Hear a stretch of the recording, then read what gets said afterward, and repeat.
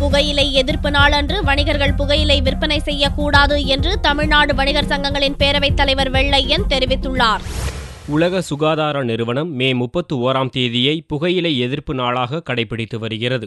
இது தொடர்பாக சென்னையில் செய்தியாளர்களை சந்தித்த தமிழ்நாடு வணிகர் சங்கங்களின் பேரவைத் தலைவர் வெள்ளையன், ஆண்டுதோறும் 10 லட்சம் பேர் புகையினால் உயிரிழக்கின்றனர். எனவே புகையிலை எதிர்ப்பு நாளான மே 31ஆம் தேதி தமிழகம் முழுதும் உள்ள வணிகர்கள் தங்களது கடைகளில் சிகரெட் உள்ளிட்ட புகையிலை பொருட்களை விற்பனை செய்வதை தவிர்க்க முடிவு செய்துள்ளதாக தெரிவித்தார். நம்மை வாழ வைக்கிற வாடிக்கையாளர்கள் தான் பொதுமக்கள்.